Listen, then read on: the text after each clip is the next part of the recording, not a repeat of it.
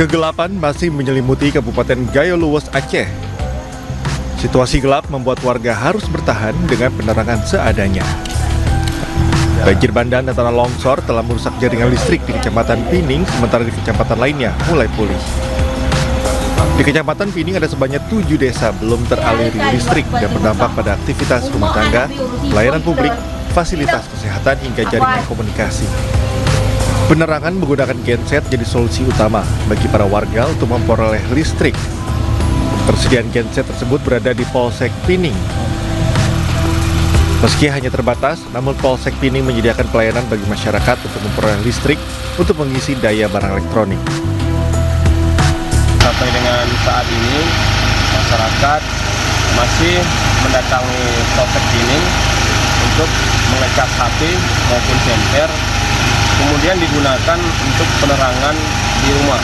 Karena sampai saat ini, pasca banjir melanda wilayah Kabupaten Luwes, khususnya Kecamatan Pining, untuk penerangan dari PLN atau listrik belum hidup. Warga berharap aliran listrik segera pulih sepenuhnya agar aktivitas segera berangsur normal. Dari Kabupaten Gayo Luwes, Aceh, Media Arjuna, iNews melaporkan.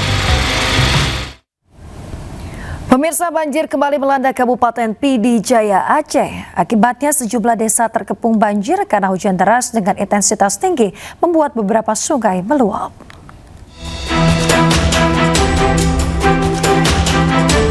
Sejumlah desa di Kecamatan Bandar 2, Kabupaten Pidi Jaya, Aceh kembali dikepung banjir akibat sejumlah sungai meluap dan merendam permukiman warga. Banjir luapan sungai ini membuat warga panik terutama di Desa Alumi, Kecamatan Bandar 2, Pidi Jaya, Aceh.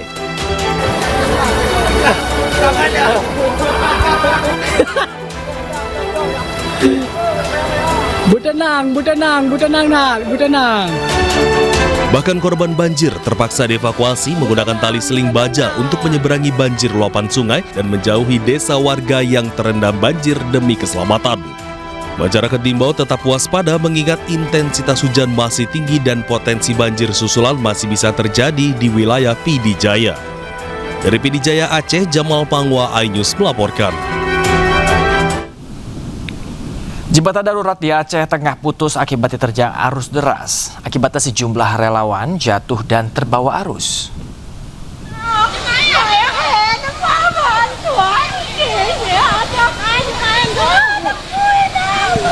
Tali jembatan darurat yang menjadi satu-satunya akses penghubung Desa Rejepayung dan Desa Jamat Aceh tengah putus. Peristiwa ini terjadi saat relawan dan warga tengah mendistribusikan logistik ke wilayah terdampak.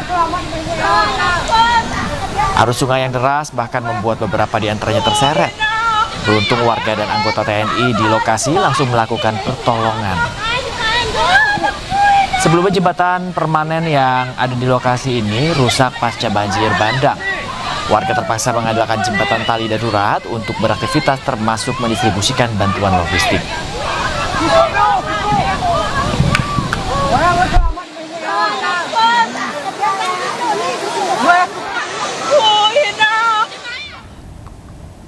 Pemirsa, curah hujan tinggi yang mengguyur kawasan Batu Busu, Kecamatan Pauh, Kabupaten Agam membuat Sungai Batang Kuranci sempat meluap dan mengancam keselamatan warga.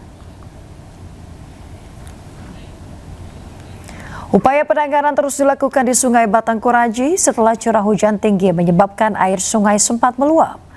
Normalisasi sungai dilakukan untuk mengantisipasi banjir susulan dan juga menjaga keamanan lingkungan warga. Penanganan ini merupakan arahan langsung Menteri Pekerjaan Umum Dodi Anggodo sebagai bagian dari penanganan pasca bencana. Balai Wilayah Sungai Sumatera 5 mengerahkan 11 unit alat berat, 7 diantaranya difokuskan di lokasi Sungai Batang Kuranci. Warga menyampaikan apresiasi atas langkah cepat penanganan yang dinilai memberikan rasa aman dan juga mengurangi kekhawatiran akan banjir berulang kembali.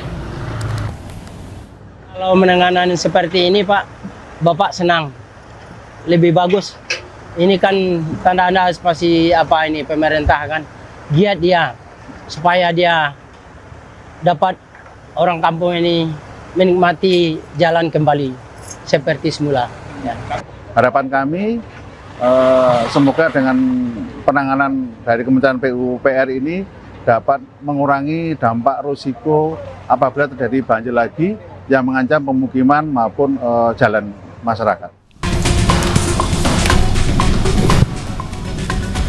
Jatuhnya sebuah helikopter pribadi di kawasan wisata ski di Perm, Rusia pada hari Rabu menyebabkan 2 orang tewas di lokasi kejadian. Helikopter jenis 2 tempat duduk ini dilaporkan jatuh setelah tersangkut kabel. Pihak terkait masih menyelidiki penyebab pasti jatuhnya helikopter.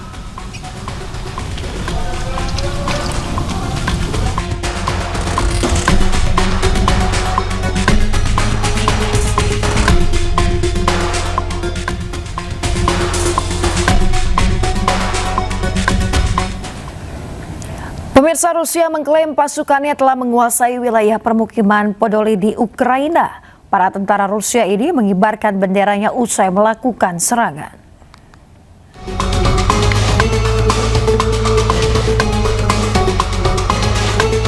Proyektil menghantam sebuah bangunan diikuti oleh ledakan. Bendera Rusia pun dikibarkan ketika Kementerian Pertahanan melaporkan bahwa pasukannya telah menguasai pemukiman Podoli dan Bratskoye di wilayah Kharkov dan Dnepropetrovsk di Ukraina. Para tentara mengibarkan bendera nasional mereka dari gedung-gedung di daerah yang direbut. Pasukan Rusia membersihkan wilayah tersebut dengan menguasai sepenuhnya area seluas 9 km persegi dari zona pertahanan Angkatan Bersenjata Ukraina. Pasukan Rusia membersihkan wilayah tersebut dan menguasai sepenuhnya area seluas 9 km persegi dari zona pertahanan Angkatan Bersenjata Ukraina. Hingga kini pun pihak Ukraina belum memberikan komentar terkait pernyataan Kementerian Pertahanan Rusia. Meski demikian, sejak serangannya dilancarkan pada Februari 2022 lalu, Kiev menilai tindakan Rusia sebagai invasi. Pemirsa, kapal tanker milik Rusia disita oleh Amerika Serikat saat berlayar di wilayah perairan Inggris. Penyitaan ini dilakukan karena kapal tersebut diduga menargetkan ekspor minyak Venezuela.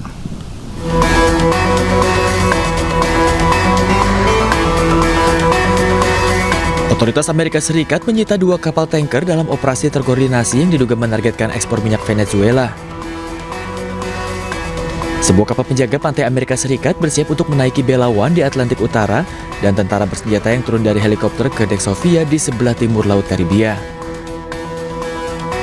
Penyitaan di antara Skotlandia dan Islandia ini menyusul pengejaran selama berminggu-minggu dengan klaim Gedung Putih bahwa kapal tersebut tidak memiliki kewarganegaraan.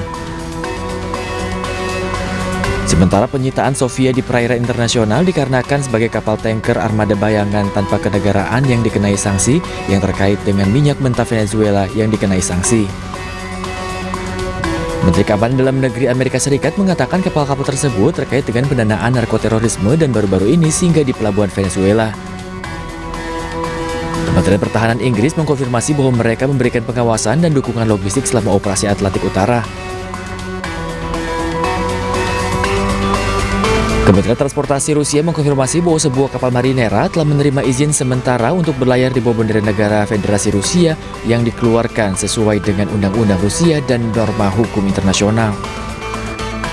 Kementerian tersebut meminta Amerika Serikat untuk memastikan bahwa anggota kru Rusia diperlakukan secara manusiawi serta kepulangan mereka tidak dihalangi.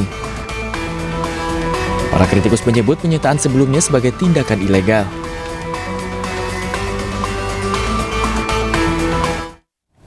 Seorang wanita tewas ditembak oleh petugas imigrasi Amerika di Minneapolis Selatan. Penembakan memicu protes dan ketegangan di sejumlah wilayah.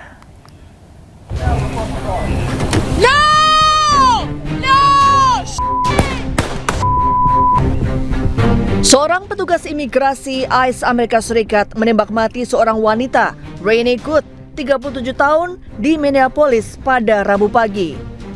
Insiden terjadi setelah sebelumnya petugas bentrok dengan para pengunjuk rasa. Rekaman video dari tempat kejadian menunjukkan petugas mendekati SUV yang dikendarai oleh korban.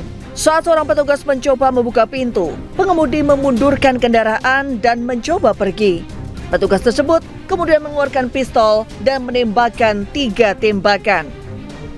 Menteri Keamanan Dalam Negeri Amerika Kristi Noem membela petugas yang menembak mati korban dengan mengatakan bahwa petugas bertindak untuk membela diri karena korban telah menabrak petugas tersebut dengan kendaraannya.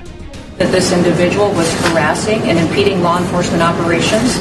Our officer followed his training, did exactly what he's been taught to do in that situation, and took actions to defend himself and defend his fellow law enforcement officers. Penembakan fatal ini memicu protes dan ketegangan di sejumlah wilayah. Ratusan demonstran terlihat di sejumlah kawasan pada Rabu malam.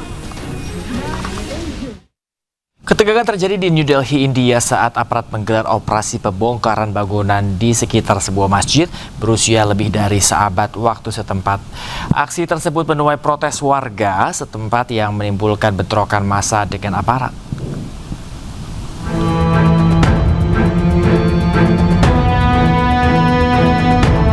Unjuk rasa atas pembongkaran bangunan di sekitar Masjid Faiz-e-Elahi, kawasan Turkman Gate Ramlila Maidan yang dikenal sebagai permukiman muslim padat dan bersejarah di jantung ibu kota India berakhir ricuh. Operasi pembongkaran sebelumnya menyasar bangunan yang dinilai berdiri secara ilegal di lahan yang berdekatan dengan masjid dan area pemakaman. Situasi memanas ketika sekelompok warga diduga mencoba menghalangi jalannya pembongkaran. Polisi mengklaim sekitar 25 hingga 30 orang melempari petugas dengan batu yang menyebabkan 5 aparat kepolisian terluka.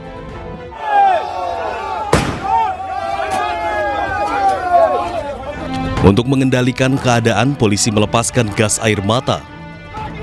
Sedikitnya 5 orang dilaporkan ditahan, sementara beberapa lainnya masih menjalani pemeriksaan. Aparat juga mendaftarkan laporan polisi terhadap pelaku yang belum teridentifikasi dengan dugaan perusuhan, penyerangan aparat, dan menghalangi tugas resmi. Sebelumnya, pembongkaran dilakukan dengan mengerahkan 20 unit bulldozer pada malam hari dengan pengamanan ketat. Otoritas setempat menyampaikan operasi pembongkaran bangunan dilaksanakan atas perintah Pengadilan Tinggi Delhi dan telah melalui koordinasi dengan perwakilan warga serta pengurus masjid. Pemerintah menegaskan bangunan masjid yang berusia lebih dari seabad tersebut tidak mengalami kerusakan. Yang dibongkar hanyalah bangunan komersial ilegal seperti gedung pertemuan, pusat diagnostik, dan klinik. Pemirsa, tentara Israel kembali melanggar gencatan senjata. 2 orang tewas dan sejumlah lainnya terluka dalam serangan udara ke permukiman warga di kawasan Al-Tufah, kota Gaza.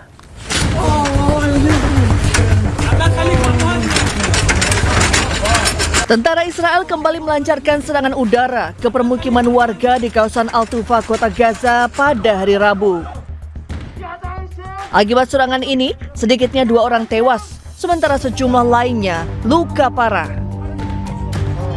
Tentara Israel mengklaim serangan menargetkan seorang pimpinan Hamas yang merencanakan serangan terhadap pasukan mereka. Serangan ini menambah daftar pelanggaran Israel sejak gencatan senjata mulai berlaku pada 10 Oktober 2025. Rangkaian pelanggaran serangan oleh tentara Israel menewaskan sedikitnya 424 warga Palestina dan melukai lebih dari 1.000 lainnya. Baku tembak kembali terjadi di Gaza usai gencatan senjata disepakati. 1 orang terluka akibat insiden ini.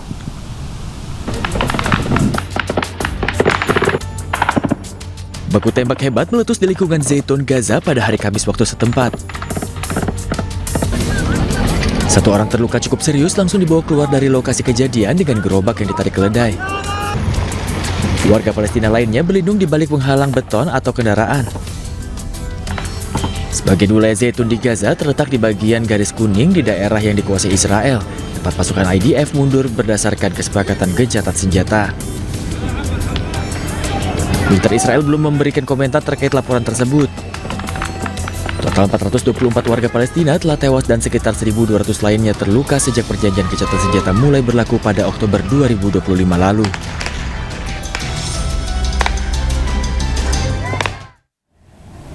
Pemirsa, usai gencatan senjata, penderitaan warga Gaza belum juga berakhir. Mereka harus hidup dengan krisis sanitasi akibat pembangunan yang terhambat.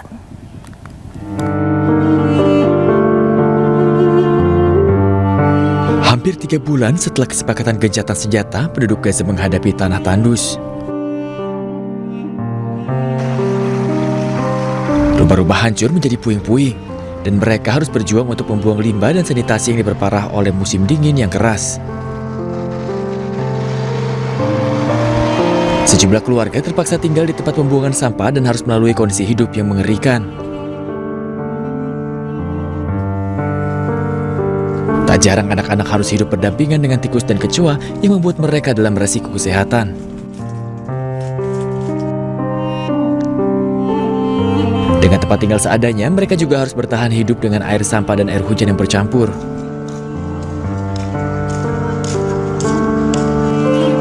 Dengan gencatan senjata bulan Oktober, wilayah tersebut menyaksikan fase pertama dari rencana perdamaian sementara, pertukaran sandera dan tahanan, serta masuknya bantuan dasar.